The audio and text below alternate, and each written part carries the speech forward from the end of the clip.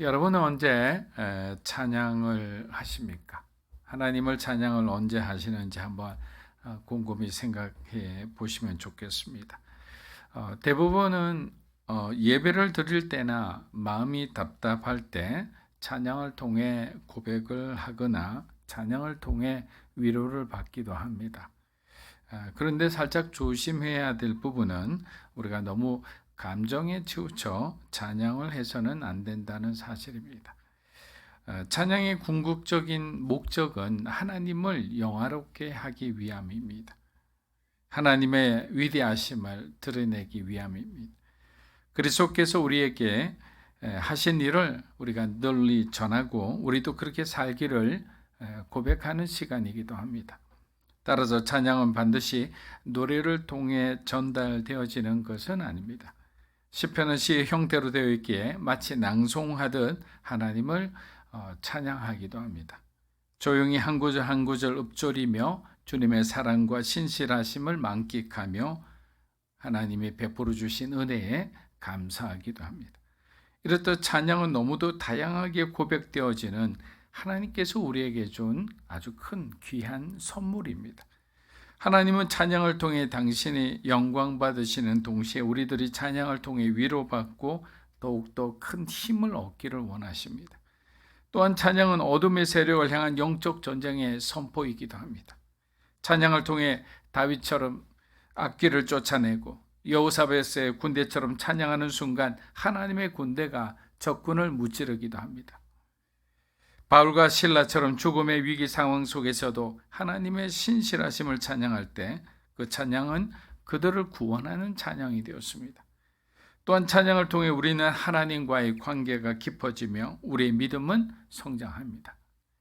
정기적인 찬양의 시간을 가짐으로 우리를 향한 하나님의 사랑을 우리들도 다윗처럼 분명하게 느끼리라 믿습니다.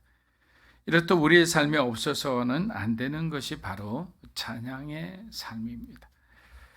시편 145편은 다윗의 찬양시로 하나님의 위대하심과 자비로우심과 은혜로우심을 찬양하는 아름다운 시 중의 시입니다.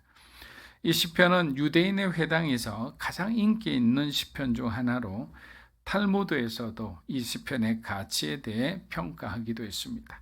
뭐라고 적었는지 말씀드리겠습니다. 이 다윗의 테일라를 하루에 3번 부르는 자는 모두 장차 다가오는 하나님 나라의 백성임을 확신해도 좋다. 그러니까 이 시편 145편을 계속 묵상하고 읽으면 어느새 나는 하나님 나라에 가 있는 거예요.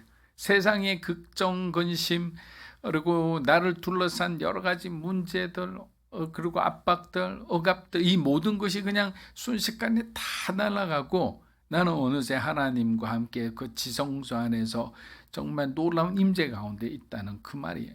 그러니까 이 찬양을 통해서 우리는 하나님 나라를 가슴에 품을 수 있고 또 가슴에 품는 것으로만 끝나는 것이 아니라 그렇게 살아갈 수 있게 된다라는 아주 극찬 중의 극찬입니다. 다윗은 시편 145편을 통해서 주께서 자기를 사랑하는 자들을 끝까지 지켜주심을 또한 강조하고 있습니다. 하나님께서 당신을 사랑하는 자들을 지켜주신다는 이 사실은 다윗의 삶에서도 분명히 확인할 수 있습니다. 다윗은 외로운 목동의 시절과 사울의 추격을 피해 도망자로 다닌 그 시간 동안 얼마나 많은 역경과 시련을 겪었습니까? 하나님은 다윗과 그를 따르는 자들의 생명을 그런 어려운 가운데 절체절명의 순간에도 그들의 생명을 지켜주셨다는 사실을 통해서라도 우리는 자기를 사랑하는 백성을 하나님이 지키고 보호해주신다는 사실을 알 수 있습니다. 이러한 경험을 통해 다윗은 하나님의 섭리와 인도하심을 더욱더 믿음으로 받아들이게 되는 거예요. 그런데 그 다윗의 저와 여러분을 그냥 대입하기만 되는 거예요. 우리 인생도 마찬가지예요. 굉장히 파란만장한 삶, 야곱처럼 그런 어떤 파란만장한 삶을 살아갈 수가 있어요. 아니면 너무나 평범하고 너무나 변화가 없는 삶이지만 그 안에서 우리의 마음은 치열한 전쟁을 치르는 사람들도 많거든요. 그냥 어떤 환경의 어려움만이 어려움이 아니라 마음의 어려운 만큼 또 어려운 것도 없어요. 어쨌든 외부적 환경으로 어려운 거나 아니면 내적인 어떤 갈등이 심한 분이더라도 정말 하나님을 찬양할 때 그런 모든 걱정, 근심이 순식간에 다 사라진다는 거예요. 그러니까 얼마나 찬양은 정말 하나님께서 우리에게 주신 위대한 선물입니까? 근데 그것을 잘 사용하고 있지 않는다는 것이 문제라는 거죠. 우리 시편 145편 1절 2절 다시 한번 읽어보겠습니다. 왕이신 나의 하나님이여 내가 주를 높이고 영원히 주의 이름을 송축하리이다. 내가 날마다 주를 송축하며 영원히 주의 이름을 송축하리이다.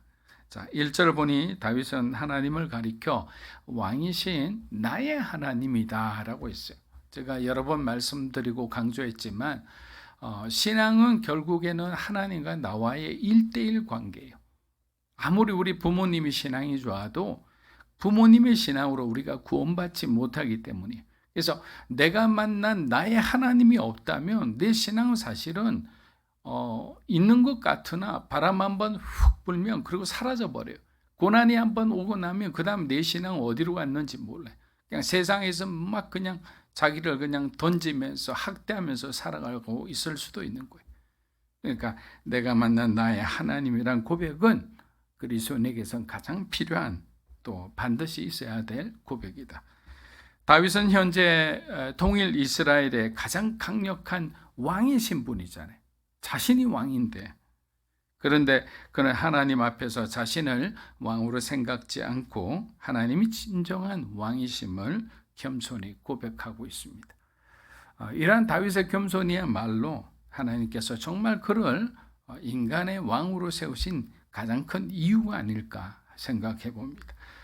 자신을 일반 백성들과 다르게 여길 수도 있죠.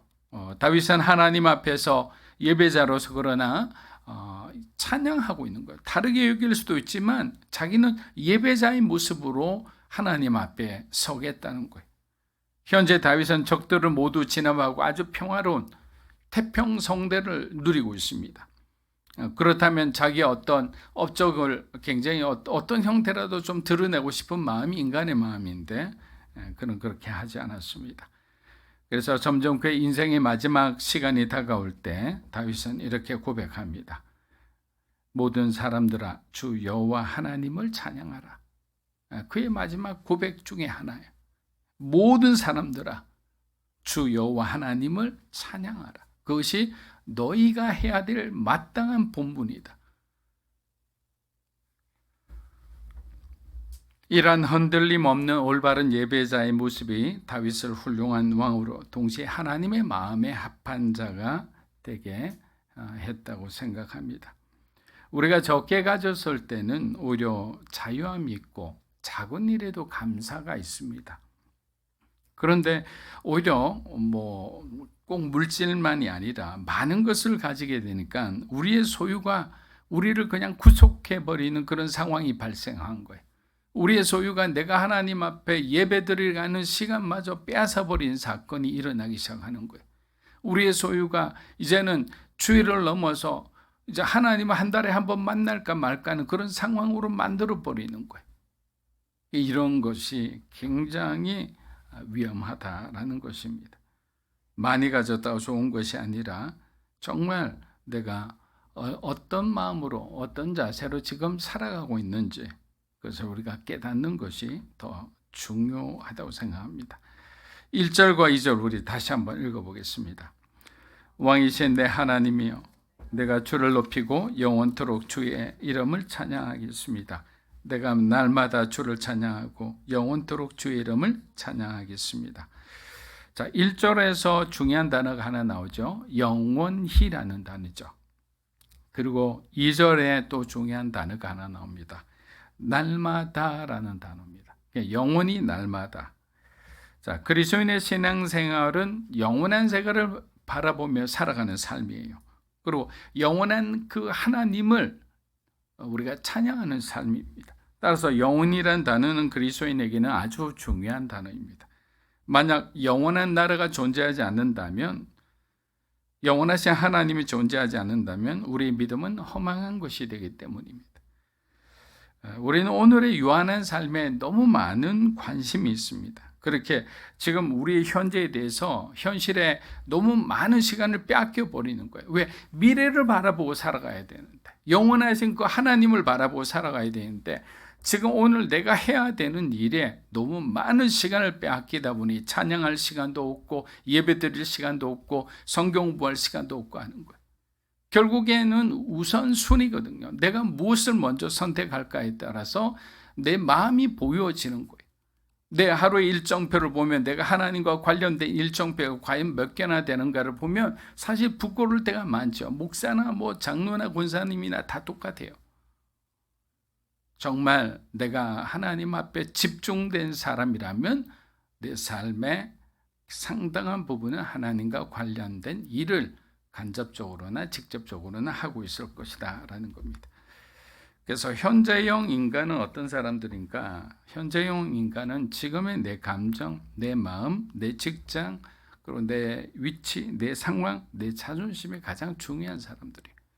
오늘만 바라보고 사는 사람, 영혼을 바라봐야 되는데 영혼을 안 바라보는 세상의 난크리스찬들이 대부분이겠죠. 그러나 크리스찬들 중에서도 지금 내 감정, 내 마음, 내 직장, 이 내 상황에 대한 것만 보고 있는 사람들이 의외로 많을 수도 있다.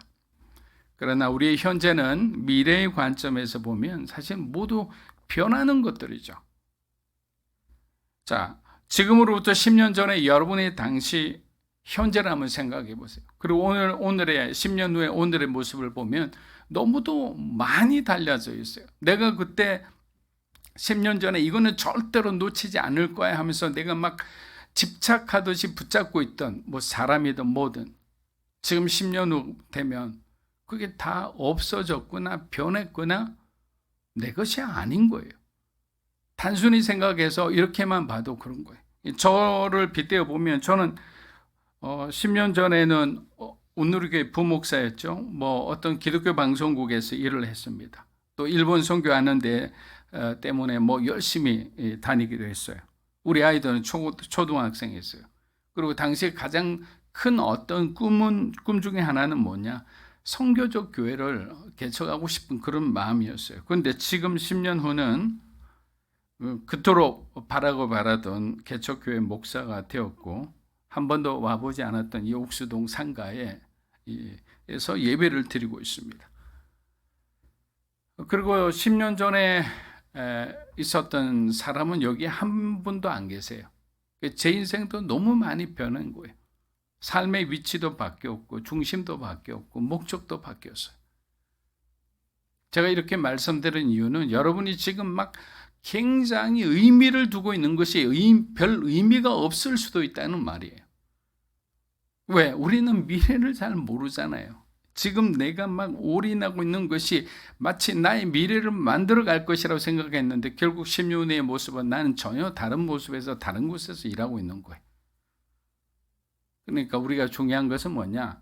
내 현실을 위해서 내가 뭔가 일하면서 내가 에너지를 소비하기보다는 하나님의 뜻을 물으면서 하나님을 찬양하면서 하나님과 관련된 일을 하면서 내가 살아가는 것이 하나님의 뜻을 더 정확히 알고 오히려 내 미래를 명확하게 아는 하나의 방법이다라는 것입니다.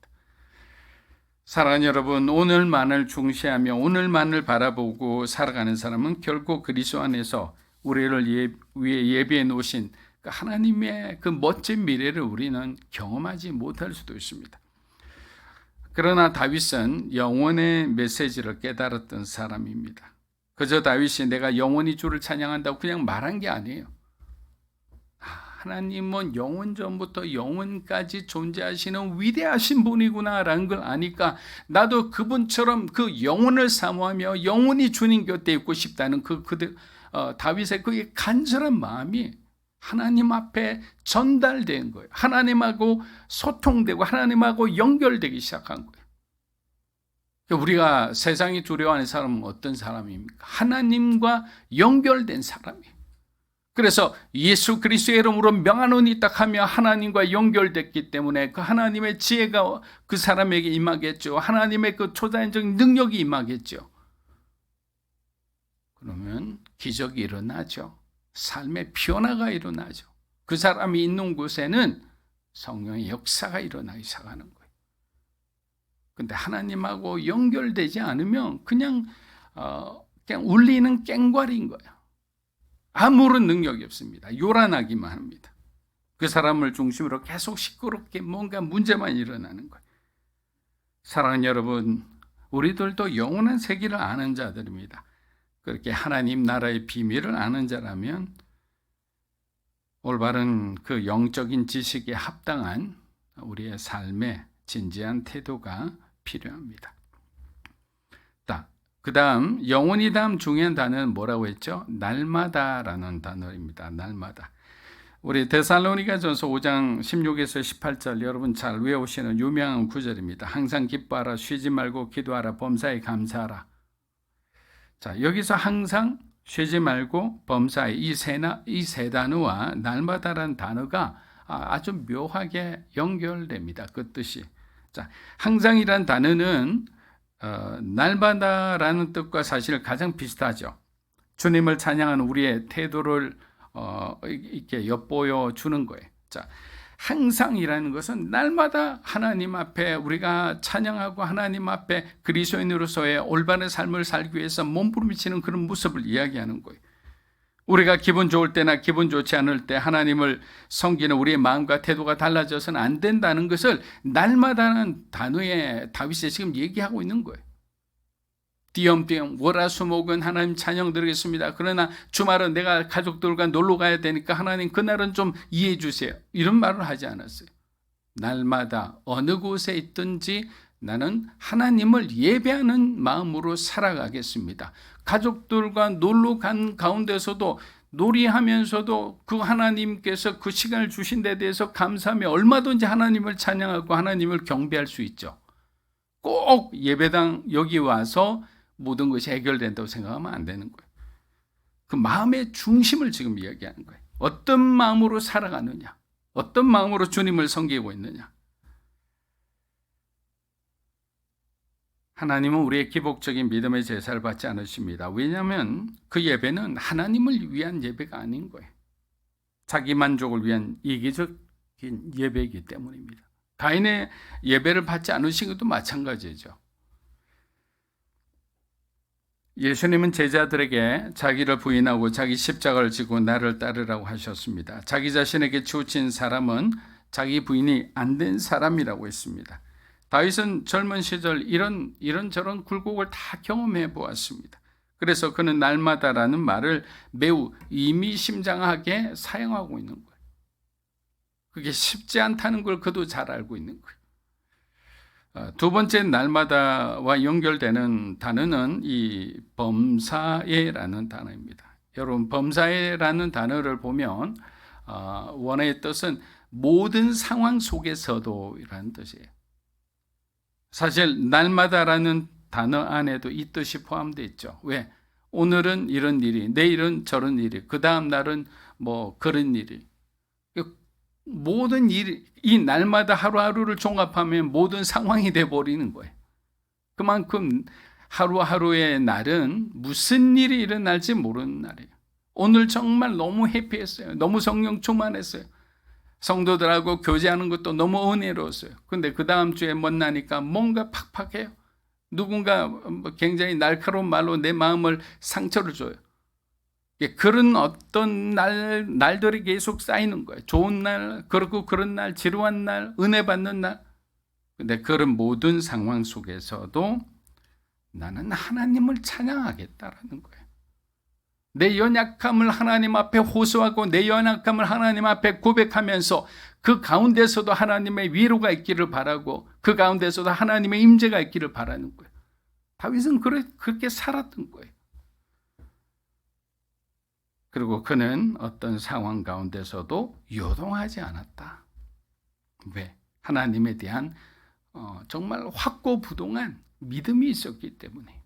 저는 믿음으로 사는 우리 성도 여러분들이 어떤 문제의 변화를 보는 게 아니라 중심의 축을 보게 되기를, 그곳 가운데 계신 살아계신 하나님을 보게 되기를 주의 이름으로 축복합니다. 주변에 막 흔들리는 날마다 일어나는 그 여러 가지 일들, 사건들, 이걸 바라보면 내 마음이 그냥 그곳에 빼앗기기 쉽잖아요. 세 번째 날마다라는 표현은 데살로니가전서 5장과 연결된 단어가 쉬지 말고란 뜻이죠. 쉬지 말고 기도하라에 쉬지 않다라는 헬라어 원어는 중단 없이 그치지 않고란 뜻이에요. 근데 중단 없이 이 단어는 단 한 번의 호흡이 끊어지지 않고란 뜻이에요. 그러니까 계속인가. 한 번 호흡했으면 끝까지라는 거예요. 여러분, 이것이 무엇을 의미하겠습니까? 기도는 생명의 호흡과 같은데 단 한 번이라도 끊어지지 않도록 하는 것이 하나님 우리에게 바라는 거라는 거예요. 왜?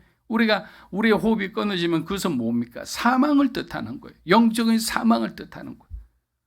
근데 우리가 왜 호흡이 끊어집니까? 다른 것을 볼 때 우리의 호흡은 끊어집니다. 세상을 바라볼 때, 세상의 어떤 보암직한 것, 그리고 어떤 이생에 자랑할 만한 그런 것들을 보는 순간 우리의 호흡은 끊어진다는 거예요. 너희 눈이 항상 하나님을 향해 고정되어 있어야 된다. 사랑하는 여러분, 항상 보면 원인은 하나님께 없습니다. 우리에게 있지. 우리가 스스로 시험대로 방황하는 것이고 우리가 스스로 죄를 저질러 고난을 자초하여 힘든 시간을 겪을 뿐입니다. 다윗은 하나님의 성품을 너무도 잘 알았기에 죄를 멀리하고 하나님이 기뻐하시는 행동을 하기 위해 그렇게 누구보다 부단히 노력했던 겁니다. 시편 145편 4절에서 7절 우리 한번 읽어보겠습니다. 대대로 주께서 행하시는 일을 크게 찬양하며 주의 능한 일을 선포하리로다. 주의 존귀하고 영광스러운 위엄과 주의 기이한 일들을 나는 작은 소리로 엎소리이다. 사람들은 주의 두려운 일의 권능을 말할 것이요 나도 주의 위대하심을 선포하리이다. 그들이 주의 크신 은혜를 기념하여 말하며 주의 의를 노래하리이다. 자, 다윗은 주의 능력과 주님이 이루신 일, 주께서 또 일으키신 그 기사와 이적, 그 주의 아주 위대하심, 그것을 지금 찬양하고 있습니다. 그런데 이러한 어떤 하나님께서 일하신 모든 흔적이 이 세상 가운데, 이 자연 가운데 분명히 드러나 있는데도 하나님을 찬양하지 않고 이방 신들을 쫓아가는 사람들이 얼마나 가련하고 불쌍합니까? 사실 우리 마음 가운데는 바울이 얘기한 그대로요. 바울 사도가 없었으면 어떻게 우리 마음의 속마음의 영적 전쟁을 이해할 수 있을까? 그런 의문마저 드는 거예요. 우리 마음엔 두 마음이 있다고 그랬잖아요. 하나님을 향하여 정말 그렇게 살고자 하는 성령의 소욕이 있는 반면에 또 우리의 마음에는 한편에는 세상을 향해 막 달려가고 싶은 그 욕망을 향해 그냥 달려가고 싶어하는 세상의 소욕이 있는 거예요. 성령의 소욕과 육체의 소욕이 날마다 뒤엉켜 싸우는 거예요. 근데 성령의 소욕이 이길 때는 정말 충만해요. 모든 것이 다 가합니다. 용서가 됩니다. 양보가 돼요. 그러나 육체의 소욕이 그냥 내 인생을, 내 육체를, 내 생각과 내 의지를 막 지배하고 돌아다닐 때는 전혀 다른 사람이 되는 거예요. 사람들이 놀라요. 어떻게 저 사람이 저런 행동을 하고 저런 말을 하고 저런 삶을 살아갈 수 있느냐고. 그거는 바로 바울이 고백한 육체의 사람이 우리 인생을 지배할 때 그런 일들이 충분히 일어날 수 있다. 그리스도인이라도. 돌아와야 합니다. 더 이상 바깥에서 주저하고 방황해봐야 답이 없어요. 얻을 것이 하나도 없습니다. 시편 145편 13절에서 20절 우리 마지막으로 한번 읽어보겠습니다. 주의 나라는 영원한 나라요 주의 통치는 온 세대에 이를 것입니다. 여호와께서는 그분을 사랑하는 모두를 지켜보시지만 악인들은 다 멸망시키실 겁니다. 자, 제가 첫 번째 이 말씀드릴 때 시편에 큰 두 가지 축이 있는데, 하나는 뭐냐면 하나님은 자기를 사랑하는 자를 끝까지 지키고 보호하신다는 보호에 대한 약속이고, 두 번째는 뭐냐면 하나님께서는 의인을 괴롭히는 악인을 반드시 멸하신다, 심판하신다는 거예요. 이 심판에 대한 메시지. 그럼 여기에는 뭡니까? 첫 번째 거는 하나님의 사랑의 하나님의 얼굴이 보였다면, 두 번째는 공의의 하나님이죠. 절대로 나는 거룩하지 못한 것은 쳐다볼 수 없는 거예요. 우리를 사랑하시기에 하나님은 믿는 자들의 생명과 안전을 끝까지 지키고 보호해 주십니다. 그렇기 때문에 제가 중요한 말을 하나 드리겠습니다. 여러분의 삶의 고난을 하나님의 유기로 보아서는 안 된다는 거예요. 우리는 너무나 고난이 연속이면 하나님 나를 버린 걸로 생각을 하는 거예요. 하나님의 부재, 하나님의 침묵을 하나님의 부재로 생각하는 거예요. 침묵하시면 나를 떠난 것이 아니고 하나님은 지켜보고 계시는 거예요. 나와 함께. 그 고난을 함께 통과하고 계시는 거예요. 십자가의 죽음을 보면 우리가 그걸 알 수가 있잖아요. 그런데 우리는 자꾸만 그 고난이 심해지고 깊어지고 내 삶의 새로운 어떤 어려운 어떤 환경의 선택들이 자꾸만 다가오게 되면 하나님께서 나를 혹시 버리신 건 아닌가라는 의심을 하게 되는데, 천만의 만만의 말씀입니다.